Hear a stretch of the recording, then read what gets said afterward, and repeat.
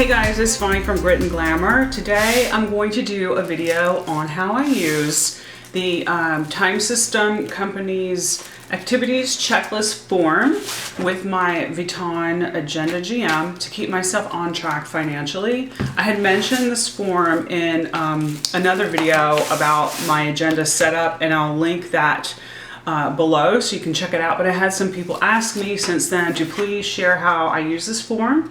So I'm going to change camera angles and show you exactly what I do month to month to do this, keep myself on track. Not on budget, because I suck at being on budget, but I'm really good at being on track. Because we planner people are, aren't we? Like super type A. Anyway, changing angles, I'll be right back. Okay, so the first thing you do with these forms is you have to turn this the other direction, which is awesome that you can use them both directions. Like if you're a righty or lefty, whatever your preference is. I do this and I'll show you why when I'm done. Well, I've shown you in the video before, but I'll show you again. So I'm just checking my agenda real quick to look at something in December. Okay, so the 4th and the 18th. So this is how this works, right? I have my 3 favorite writing utensils. This one is not very pretty, but it's like my favorite roller ball. It's a Bic Z4.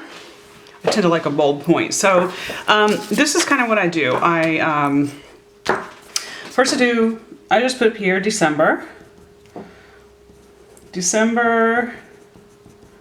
2015. Okay, and then I split this into like 2 little chunks of lists according to my pay period. Like a lot of people get paid the middle and the end of the month, and that's sort of like the way that my pay works. So I'll just put down here, you'll see on this form that there's a place for date, priority, this thing that says okay, activity, delegated to, start date, due date. Okay, that doesn't matter. Like for me, I use this in my own way. So for me, when I put the date down here, I'm gonna put down 12/4 because that is one of my paydays. So that date is my payday date, and that's like, I do my bills twice a month according to when I get paid. So I'm gonna knock a few of these out. So you can see, like I have one that's completed here. I'm not going to show it up close so you can't see all my personal information, but there's 1, 2, 3, 4, 5, 6, 7, 8.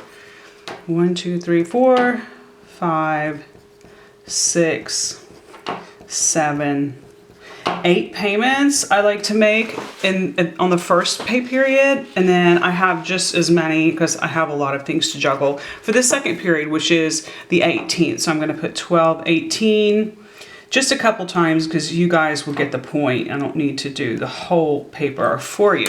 All right, so then what I do is I take my highlighter, and these are my favorite, and I do a little box here. That's like my check box. It's kind of almost like a little asterisk in its own way, and I like to use it to sort of bring my eye to exactly where it needs to be on this page, because once I complete them, they get really, really full. Case in point, they get really full, so that way I can see what I'm doing. So, for example, one of my payments I need to do is AT&T Uverse. Then I have PayPal credit. Of course I do, all the Louis Vuitton that I buy. PayPal credit, the Hartford, that's my auto insurance. The Hartford, and AT&T Wireless, the cell phones. And I'll just go with those so you can see. Now, under delegated to, that's where I like to put the amount that's due. So for AT&T Uverse, it varies, but let's just say it's around $120 a month. PayPal credit, let's say I'm going to make a $100 payment there. The Hartford is a standard $190.63 a month. And AT&T Wireless is around $145. I have several lines and all kinds of stuff. And the other thing I'm using is, I've been using these for years, just very simple 0.5 millimeter Pentel mechanical pencil.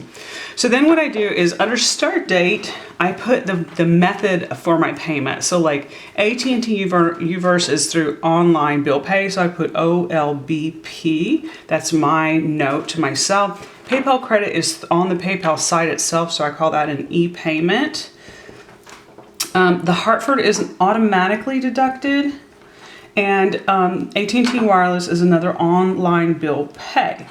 Then AT&T Uverse tends to be due on the 13th of the month, so I'll put 12/13 here. PayPal is usually the 18th, 12/18. The Hartford automatically withdraws on the 19th, so I'll put 12/19. And AT&T Wireless is around the 20th of the month, so I'll do 12/20. So you can see here that, like, even though, okay, a lot of people are like, why would I write that over and over? Well, maybe you won't want to. Maybe you can like make a photocopy of this. I mean, just because you don't have this form doesn't mean you can't make one up on your own. This is how I use it. This has been very effective for me. I've been doing it for years and years and years. And so what I do is when I make the payment, I'll check this off and I'll write the date I made it, 12/18.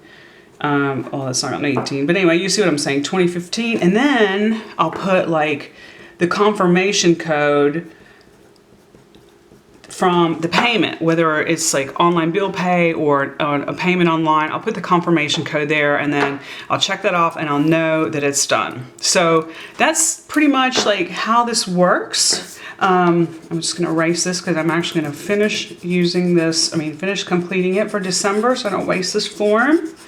But that's pretty much what I do. I mean, like I said, this is basically an 8.5 by 11 sheet piece of paper, and it's not folded exactly in half, so that was the other thing I was going to show you. All right, so you have your December payments. So then I'm going to flip to December in my trusty agenda, and where's the beginning of December? So here's the beginning of December.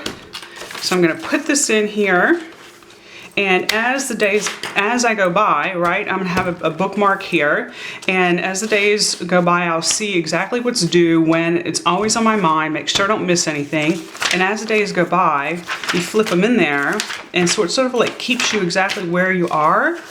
And I just think it's a really great invention and it works really well for me. I hope you guys find this useful and let me know if you decide to order some of these on your own, how they work for you, or if you make one of your own. But that's how I use the time system activities checklist.